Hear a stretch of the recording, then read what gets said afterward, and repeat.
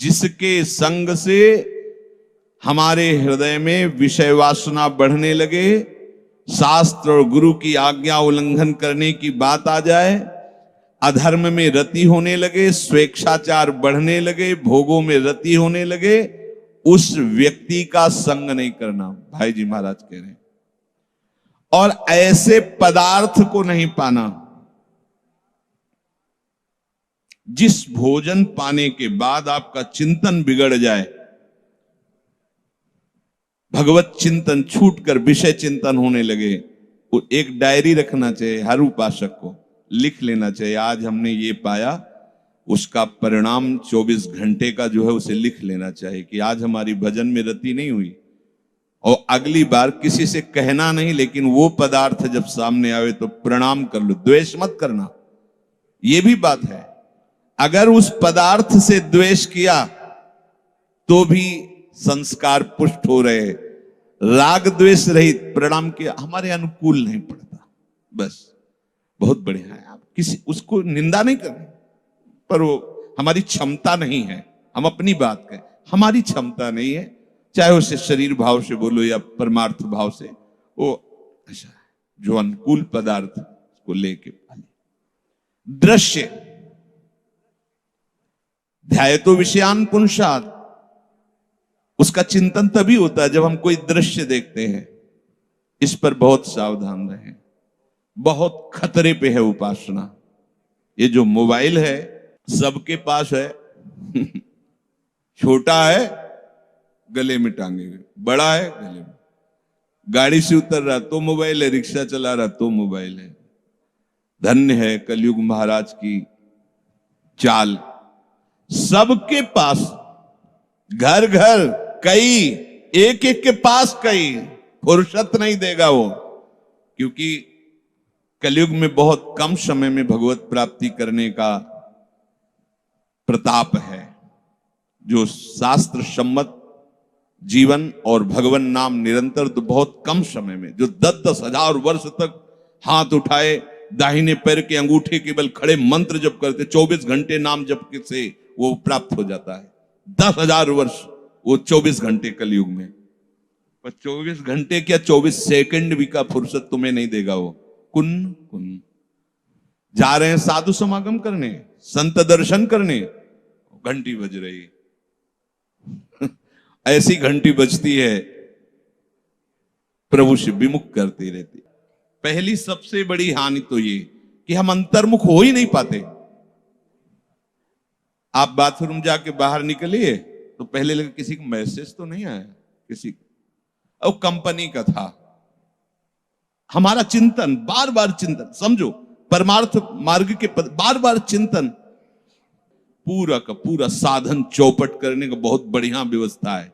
अच्छा, अब मन नहीं लग रहा, गेम है उसमें, और मन नहीं लग रहा तो संसार है उसमें, जो चाहो सर्च कर लो, जो चाहो। अब आप सोचो, जिन बातों का चिंतन सर्वनाश कर सकता है, भगवान आदेश कर रहे हैं, उन बातों को आप दृश्य में देख रहे हैं। अब आपका क्या होगा? गाढ़ चिंतन, बस यही लगेगा कि जीवन का परम लाभ यही है जो दृश्य देख रहे हैं। मान जाइए, ऐसी भूल कदापि मत करना। वृंदावन में बैठे हो, जिनसे गलती हुई वो भगवान सर्व सामर्थ्यशाली है, मिटा देंगे। आज जो भी हमारी बात सुन रहे हैं, कभी अपने मोबाइल में गंदा दृश्य नहीं देखेंगे, ये नियम लें। नियम का तात्पर्य होता शपथ पूर्वक उस बात को स्वीकार करना। ध्यान दीजिए, वृंदावन में हो, अगर नियम ले रहे हो और आप देखोगे तो बहुत बुरी दशा होगी आपकी, क्योंकि वो मार्ग ही बुरी दशा का है। एक नियम लो, मोबाइल से कोई भी शास्त्र विरुद्ध गंदा दृश्य हम नहीं देखेंगे। ले लिया?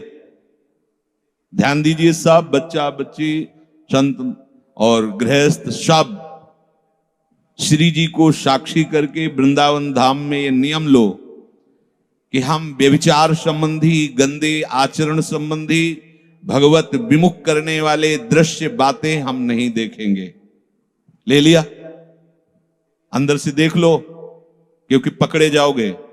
एक दृष्टि में ही तुम्हारा एक्सरा हो जाएगा कि तुम कहां हो। सर्व सामर्थ्यशाली प्रभु है।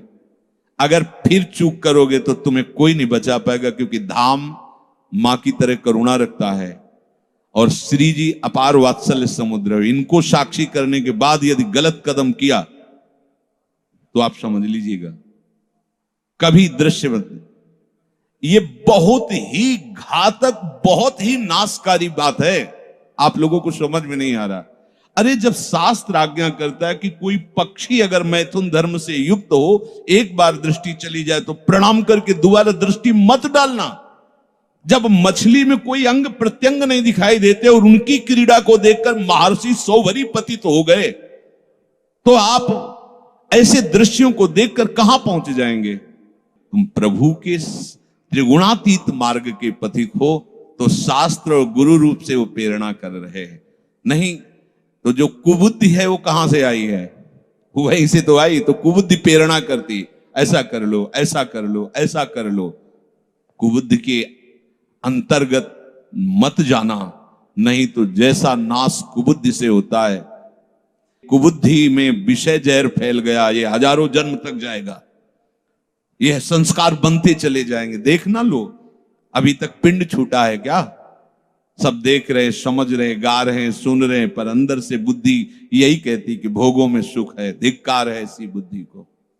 तो भाई जी महाराज कह रहे हैं दृश्य नहीं, दृश्य पर बहुत बड़ा प्रभाव दृश्य का पड़ता है। दृश्य में अजामिल नष्ट हो गया, दृश्य में ही। साहित्य, कोई भी जैसे उपासना मार्ग के प्रतीक है, पेपर ये ऐसे इधर उधर के, कैसे कैसे तुम पढ़ते हो, कैसे अच्छा लगता है, क्या जानकारी लेनी है। प्रियाजू का रूप कैसा है, लालजू का रूप कैसा है, ये इनमें थोड़ी मिलेगा। नाम की महिमा क्या है, धाम की महिमा क्या है, आत्मानंद क्या है, ये उनमें थोड़ी मिलेगा। कोई भी ऐसे रखा भी हो तो नहीं गलती करनी चाहिए। गलती है, कोई भी शब्द उसका फंस जाएगा दिमाग में जो आपको परमार्थ विहीन कर देगा, परमार्थ विहीन कर देगा। वस्त्र, वृंदावन वास कर रहे हो, पैंट सूट चढ़ाए हो, बेल्ट बांधे हुए हो, मोजा चढ़ाए हुए हो, जहां मन आया वहां। अरे दुनिया में रहो ऐसे, कम से कम वृंदावन आए हो, अपनी सादगी सनातन धर्म की पोशाक तो पहनो। ये सात्विक पोशाक है। सफेद अचला, सफेद बनियान, सफेद कुर्ता, सफेद अंगोछा, ये भागवती मार्ग में चलने वालों के लिए बहुत आवश्यक है। ये जो मनमानी चिंतन करने वाले, मनमानी आचरण करने वाले लोग हैं, आते तो हैं परमार्थ के लिए, लेकिन गुरु बन के आते हैं। हमारी बात चलनी चाहिए। अरे पागल हो तुम। नहीं, वस्त्र से क्या होता है? यहां लिखा है वस्त्र होता है, उसका प्रभाव होता है, वस्त्र का प्रभाव होता है। और आहार, खान पान, बहुत खान पान सावधान। और बिहार, घूमने जा रहे हैं, बहुत सावधान। जब बिहार कर रहे हो तो साथ में वृंदावन बिहारी बिहारणी जो हुए हैं, ऐसा अनुभव करो, क्योंकि अकेले नहीं चलते अपने लोग, प्रिया प्रीतम के साथ चलते हैं, संग, उनके संग। ये लता कितनी सुंदर है, इसके नीचे प्रियालाल बैठकर बात करेंगे। हाँ, ये कितना सुंदर झुका हुआ तमाल है, यहाँ प्रिया प्रीतम अमुक खेल खेले। हाँ ऐसा। और यमुना जी का, अच्छा यहाँ प्रिया प्रीतम ऐसे दौड़ दौड़ के खेल, यहाँ रास कर। हर समय अकेले बिहार में मत जाना। अगर अकेले जाने वाले का लक्षण, कैसा आदमी है, दुष्ट है, ऐसा, ये अच्छा है, ये बहुत यार सुंदर है, बस आप अगर उसका भोग कर रहे हैं राग द्वेष का, तो आप फंस जाएंगे। साथ में प्रिया प्रीतम को रखो। ये सभी कुसंग हैं और त्याज्य हैं। इनसे राक्षसी वृत्ति का व्यवहार होता है। किनसे? जिस प्राणी के, जिस पदार्थ के, जिस दृश्य के, जिस साहित्य के, जिस वस्त्र के, जिस आहार और विहार के प्रभाव से हमारा भजन छूटे, हमारे प्रिया प्रीतम का चिंतन छूटे, पवित्रता छूटे, सादगी, शास्त्र के अनुसार आचरण, धर्म के अनुसार आचरण छूटे, ऐसे किसी भी प्राणी, पदार्थ, वस्तु, साहित्य, दृश्य, आहार विहार का सेवन उपासक को नहीं करना चाहिए। तभी वो अपने चिंतन को बचा सकता है।